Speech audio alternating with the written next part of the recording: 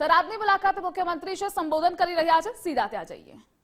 सांसद श्री परबतभाई पटेल, लोकसभा उम्मीदवार श्री रेखाबेन चौधरी, प्रदेश उपाध्यक्ष श्री जयंतीभाई कावड़िया, जिला अध्यक्ष श्री कीर्तिसिंह वाघेला, मारा साथी धारासभ्य श्री केसाजी चौहान, श्री प्रवीणभाई माड़ी, श्री अनिकेतभाई ठाकर, श्री मावजीभाई देसाई, श्री किरीटसिंह डाभी, श्री बाबूसिंह यादव, लोकसभा प्रभारी श्री राजेंद्रसिंह चावड़ा, संयोजक श्री राणाभाई देसाई, पूर्व मंत्री श्री जसाभाई पारड़, श्री मावजीभाई पटेल, पूर्व धारासभ्य श्री शशिकांतभाई पंड्या, श्री कमाभाई राठौड़, श्री नारायण सिंह जी, क्लस्टर इंचार्ज श्री बाबूभाई जेबलिया जी, वरिष्ठ आगेवान श्री कानाजी गोयल, गुजरात राजपूत समाज प्रमुख श्री, जिला पूर्व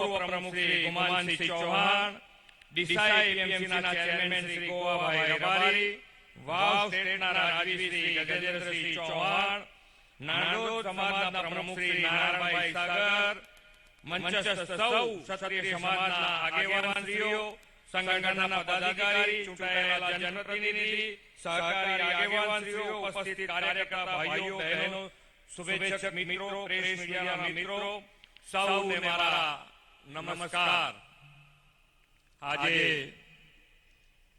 આપણા સૌની સાથે આજનો અવસર ખૂબ મોટી સંખ્યામાં આજે ભારતીય જનતા પાર્ટીમાં શ્રી ડીડી રાજપૂત, મહામંત્રી કોંગ્રેસ ગુજરાત પ્રદેશ, શ્રી અલ્પેશભાઈ ભગવાનભાઈ જોશી, प्रमुख यूथ कांग्रेस रामाजी राजपूत, श्री हुआजी, श्री धर्मसिंह पहाड़भाई दरबार, महामंत्री जिला यूथ कांग्रेस बनासकांठा, मायाबेन भाविकभाई त्रिवेदी, पूर्व कॉर्पोरेटर थराद, प्रमुख थराद शहर, रामाभाई राजपूत, पूर्व गौवती संकल्प समिति गुजरात राज्य અને સાથે જોડાયેલા સૌને ભારતીય જનતા પાર્ટી વતી એમનું ખૂબ ખૂબ સ્વાગત કરું છું અને ભારતીય જનતા પાર્ટીમાં આવકારું છું.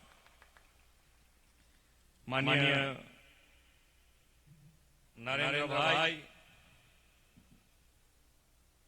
જે રીતે દેશ અને દેશમાં આવતા ઇલેક્શનો આપણે બધાએ જોયા છે કે ઇલેક્શનો આવે અને ઇલેક્શનો જ્યારે આવે ત્યારે એનો બેઝ લેવામાં આવતો કે પહેલા ધર્મ, જાતિ એના આધારે ઇલેક્શનો લડાતા. માનનીય નરેન્દ્રભાઈ આયા પછી આખી ઇલેક્શનની પેટર્ન બદલાઈ અને એ ઇલેક્શનની પેટર્ન થઈ છે કે આજે વિકાસની રાજનીતિના મુદ્દાના આધારે આ ઇલેક્શનો લડી રહ્યા છે.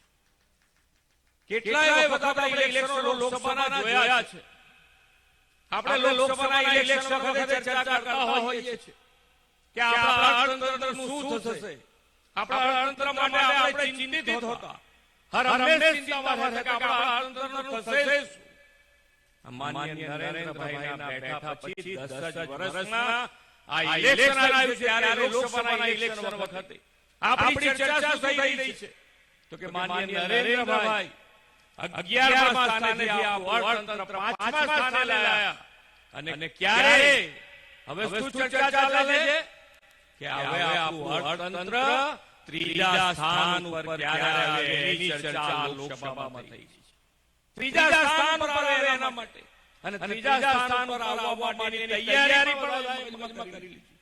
મોદી સાહેબની ગેરંટી છે કે ત્રીજી વખત માનનીય નરેન્દ્રભાઈ વડાપ્રધાનના પદ બનાવીએ અને આપણું અર્થતંત્ર 3જા સ્થાન ઉપર લઈ આવે. 3જા સ્થાન ઉપર અને અર્થતંત્ર જેટલું ધબકતું રહે છે એટલી આપણી જવાબદારી વધી જાય છે. કેટલા કામો વિકાસ થઈ રહ્યા છે. આજે એક બે ઉદાહરણ તમને આપી અને વિકાસના કામોની વાત કરી કે વિકાસના કામો અને વિકાસના કામોની જે માત્રા છે એ કેટલી મોટી ડિફરન્સ છે એ તમને હું બતાવું. એક બે ઉદાહરણ આપીશ. આજે વિકાસની જે આપણે વાતો કરીએ તો આજે આપણી જે રેલવે છે એ રેલવે નું ઇલેક્ટ્રિફિકેશન કે રેલવેને આપણે ઇલેક્ટ્રિક વખત આગળ વધારી રહ્યા છે ત્યારે 1947 થી 2014 સુધી આંકડો સાંભળો, એક જ આંકડો સાંભળો તો તમને ખ્યાલ આવી જશે.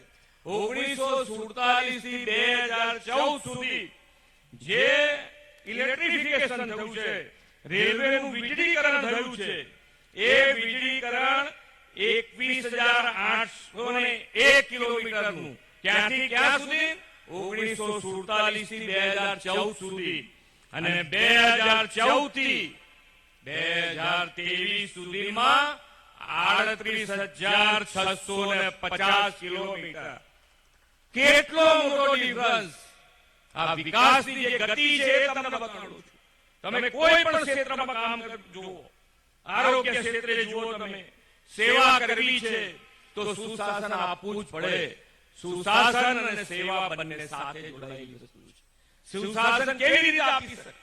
આજે દરેક ક્ષેત્રે આપણે જોતા હોઈએ કે હેલ્થનું સેક્ટર જોઈએ, ગામે ગામ હેલ્થ સેન્ટરો બન્યા છે, પણ ક્યાંક હજુ પણ બૂમ આવે છે. શેની બૂમ આવે છે? તો કે ભાઈ ડોક્ટરો નથી. ડોક્ટરો ત્યાં ગામડે જવાની ક્યાંક તૈયારી નથી બતાવતા, અથવા તો ડોક્ટરની સંખ્યા ઓછી છે. પણ તમે જુઓ કેવી રીતે થાય, ક્યાંથી થાય, ડોક્ટરો લાવે ક્યાંથી? પહેલા અહીંયા આગળ માન્ય નરેન્દ્રભાઈ જ્યારે ગુજરાતમાં એ સીએમ બન્યા ત્યારે 1375 મેડિકલ સીટો હતી. 1375. માન્ય નરેન્દ્રભાઈએ એની અંદર વધારો કરી અને એ દિશામાં આપણે આગળ વધી રહ્યા છે. ત્યારે આજે 7,000 સીટો છે. 7,000 સીટો આપણે મેડિકલ કરી છે. અને આ ડોક્ટરો જેટલા વધતા જશે એટલી આપણી સમસ્યાઓ અંત તરફ આપણે જતા રહ્યા છે.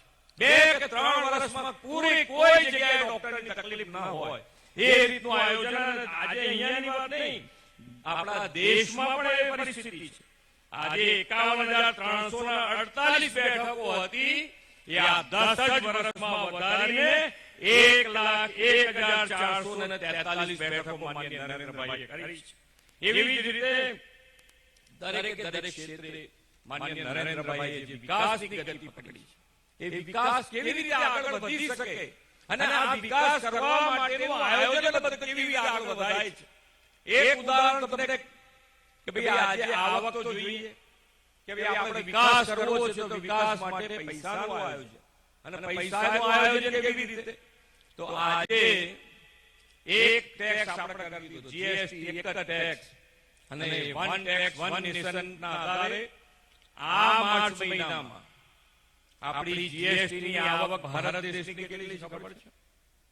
1.78 લાખ કરોડ રૂપિયા એકલી માર્ચ મહિનાની આવક છે. માર્ચ મહિનાની આવક છે. અને ત્યારે આ બધા કામો થઈ રહ્યા છે. ગુજરાતની પરિસ્થિતિ, ગુજરાતમાં પણ અત્યારે આપણે ખૂબ સારા આયોજનબદ્ધ રીતે આપણે આગળ વધીએ. મજબૂત પાયો અહીંયા આગળ માન્ય નરેન્દ્રભાઈએ ફાઇનાન્સનો નાખ્યો છે અને એના કારણે આજે આપણે ખૂબ સરળતાથી આગળ વધી રહ્યા. 2000ની સાલમાં આપણા બજેટની આપણું બજેટ કેટલું હશે ગુજરાતનું? અહીંયા ઘણા બધા વડીલો બેઠા છે. આપણા ગુજરાતનું બજેટ હશે લગભગ 15,000 થી 20,000 કરોડની વચ્ચે. 2000ની સાલની વાત કરું છું, 16,000 કરોડ. આ 16,000 કરોડ આજે 2000 પછી 2024માં આપણે ઐતિહાસિક બજેટ ગુજરાતનું રજૂ કર્યું છે. 3,32,000 કરોડ રૂપિયાનું બજેટ આપણે આવ્યું છે. નાણાકીય વ્યવસ્થાપનમાં પણ નીતિ આયોગ પ્રમાણે ગુજરાત નંબર 1 પોઝિશન ઉપર છે. તમે જે કામ કહો એ કામ કરવાની તૈયારી છે. કેવી રીતે થઈ શકે? એ આયોજનબદ્ધ રીતે તમે આપો એટલે તમારું કામ. તમે ત્યાંથી બોલો અમે અહીંયાથી કામ કરવાની તૈયારી છે. અહીંયા આગળ મને કીધું કે ભાઈ અહીંયા આગળ કેવી રીતનું કામ થયું છે તમારા ત્યાં આગળ. તળાવ ભરવાની વાત હતી, બાકી તો જે પાણી નર્મદાનું પાણી મળે છે બધાને મળે છે. એના માટે જે લાઈનો બાકી હતી એ લાઈનો અમે મંજૂર કરી દીધી છે. એ નાખવા માટેની પણ આયોજન એ કામ ચાલુ થઈ ગયા છે. અને સાથે સાથે આ તળાવ ભરવાની લિમિટ આપણે દૂર કરી દીધી અને આ તળાવ ભરવાની લિમિટ દૂર કરી એનું કામ ચાલુ કરીને પાઇપો ઉતરી ગઈ છે, મને એવું હમણાં કહેતા હતા. 1400 કરોડ રૂપિયાનું આ કામ છે. 1400 કરોડ રૂપિયા. કોઈ તળાવ ખાલી ના રહે. નર્મદાના પાણી જ્યાં ભરાતું હોય ત્યાં ભરવાની અમારી માનસિકતા છે. કામ કરવું છે. કામ કરવાની પદ્ધતિ છે. આપણી પાસે દિશાદર્શન, આપણી પાસે નેતૃત્વ છે. માનનીય નરેન્દ્રભાઈ અમિતભાઈનું નેતૃત્વ છે આપણી પાસે. આજે આમ આપણે ધંધો રોજગાર કરતા હોઈએ, ધંધો રોજગાર કરતા હોઈએ ને, તો આપણે ધંધા માટે, આપણા મકાન માટે ક્યાંક લોન લેવા ગયા હોઈએ, આપણી પાસે બધી જ વ્યવસ્થા હોય. બધી જ વ્યવસ્થા હોય. આપણી પાસે સાક્ષી છે, એને ગીરો મૂકવાનું કાગળ છે, બધું કાગળ હોય, તોય બેંક વાળા થકવાડી દે છે ને, તોય બેંક વાળા થકવાડી દે. તો આ નાના માણસો માટે કોની ગેરંટી, ક્યાંથી લાવવાની? આ બધા માટે એક અને માત્ર એક ગેરંટી માન્ય નરેન્દ્રભાઈ. અને નરેન્દ્રભાઈએ મુદ્રા યોજના થકી કરોડો રૂપિયાની લોન આ યુવાનોને અને મહિલાઓને આપી છે. આજે નાના વેપારીઓ જેની પાસે રેકડી છે, કાની કેટલી છે, શાકની લારી છે, પીએમ સ્વનિધિ યોજના અંતર્ગત એ લોકોને પણ લોન મળી છે. કોઈ ગેરંટી નહીં એમની, ફક્ત અને ફક્ત ગેરંટી માન્ય નરેન્દ્રભાઈ. અને એ ગેરંટીના આધારે આજે એ લોકોને 10,000 ની લોન, 10,000 માંથી 20,000 ની લોન, 20,000 માંથી 50,000 ની લોન આજે દરેકને મળી રહી છે. એક જ ગેરંટી ઉપર, માન્ય નરેન્દ્રભાઈની ગેરંટી. આપણે ઘણી વખત કહીએ છીએ કે અત્યારે ટેક્સની આવક વધવાનું કારણ શું? તો આપણે પહેલા બધા કેટલાય ગોટાળાની વાત આપણે સાંભળી છે. અને આજે શેની ચર્ચા થાય છે? તો કે ભાઈ આજે કયા ગોટાળાવાળાને સજા થઈ એની ચર્ચા થાય છે. અને એના કારણે આજે તમે જુઓ તો દરેક વેપારી આજે આટલી મોટી ટેક્સની આવક થવાનું કારણ શું? તો કે ભાઈ આજે આવક થઈ રહી છે એનું કારણ વેપાર ધંધા વ્યવસ્થિત રીતે ચાલી રહ્યા છે. વેપાર ધંધાને જોઈતી દરેક સગવડ સરકાર પૂરી પાડી રહી છે. રોડ રસ્તા હોય, લાઈટ હોય, પાણી હોય, દરેકની વ્યવસ્થા જ્યારે વેપારીને મળતી હોય, કોઈ જાતની કનડગત ના હોય, ત્યારે આ ધંધા રોજગારમાં આટલા ટેક્સ લોકો ભરે અને એ ટેક્સ ભરે છે, ત્યારે આપણું અર્થતંત્ર ખૂબ ઝડપથી આગળ વધી રહ્યું છે. દરેક જણ આગળ વધવા માટે, દરેક જણ સાથે મળીને આગળ વધે એના માટે 10 વર્ષનો હિસાબ છે જ. 10 વર્ષનો હિસાબ છે. દરેક સેક્ટરમાં આગળ વધ્યા છે. પણ સાથે સાથે ઇલેક્શન આવે એટલે બેરોજગારીની વાત હોય. બેરોજગારીમાંથી દૂર થવાની, બેરોજગારી દૂર કરવા માટેની કોઈ વાત ન કરે. માન્ય નરેન્દ્ર